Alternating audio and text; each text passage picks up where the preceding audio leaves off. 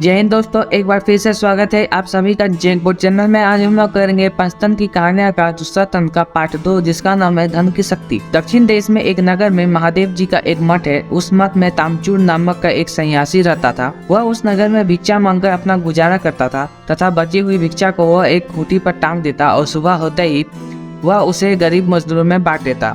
गरीब मजदूर खाने के बदले में उस मठ की सफाई कर दिया करते थे। एक दिन मेरे चूहे भाइयों ने मुझसे कहा कि वह साधु उस भोजन को खूंटी पर टांग देता है, जिससे हम लोग इस खाने से रह जाते हैं। क्योंकि आप हम सब में बड़े हैं और बुद्धिमान भी, इसलिए यहाँ स्वयं चलकर स्वयं ही भोजन कीजिए और हमें भी खिलाएंगे। अपने चूहे भाइयों की बात सुनकर मैं उनके साथ चल दिया। फिर अपनी तेज बुद्धि से वो खूंटी पर चढ़ गया। बस मैंने खाने को निकाल अपने साथियों में बांट दिया और स्वयं भी खाया। इससे मेरे साथी बहुत खुश हुए। इस प्रकार से हम रात भर उस भोजन को खाकर आनंद लेने लगे। साधु महाराज अपने भोजन को रोज ही खाए जाने के कारण बहुत ही चिंतित हुई। भोजन की रक्षा के लिए वो एक लंबा बांस ले आए, जिससे रात को सोते सोते भी उसे हिलाते रहते। इस तरह हम लोग उस बांस के डर से ऊपर भोजन तक न पहुँच पाते। दूसरे दिन उस सन्यासी का मित्र दूसरा सन्यासी तीर्थ यात्रा करके लौटा।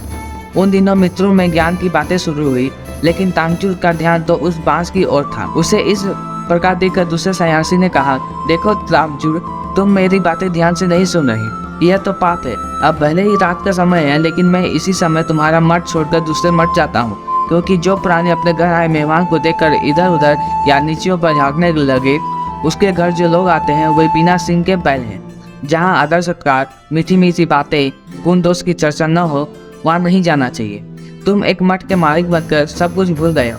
यह सुनकर तामचूर घबरा कर बोला, भगवान ऐसा मत कहिए। आपसे प्रिय इस संसार में मेरा और कोई मित्र नहीं है। मेरी परेशानी का कारण एक चूहा है, जिसके लिए मैं बांस हिलाता रहता हूँ। वह हर रोज मेरा भोजन खा जाता है। उसका बिल कहाँ है? मुझे ठीक से तो कुछ पता नहीं। हाँ, मुझे संदेह है कि उसका बिल किसी खजाने के आसपास ही होगा, क्योंकि धन की गर्मी से प्राणी के तेज बढ़ता है, इसलिए वह चूहा ऊंचा कूदता है। अपने मित्र की बात सुनकर मेहमान सन्यासी बोला, देखो भाई, बिना किसी कारण के यह सांडली धोए हुए तिलों को बिना धोए तिलों में नहीं बेच सकती। इसमें अवश्य कोई कारण होगा। वो कैसे महाराज? लो सुनो। तो आज की वीडियो में बस इतना ही। आगे की कहानियाँ जानने के लिए हमारे चैनल को सब्सक्राइब करें। यह कहानी पसंद है तो लाइक करें और वीडियो को शेयर करना ना भूले। तब तक के लिए जय हिंद।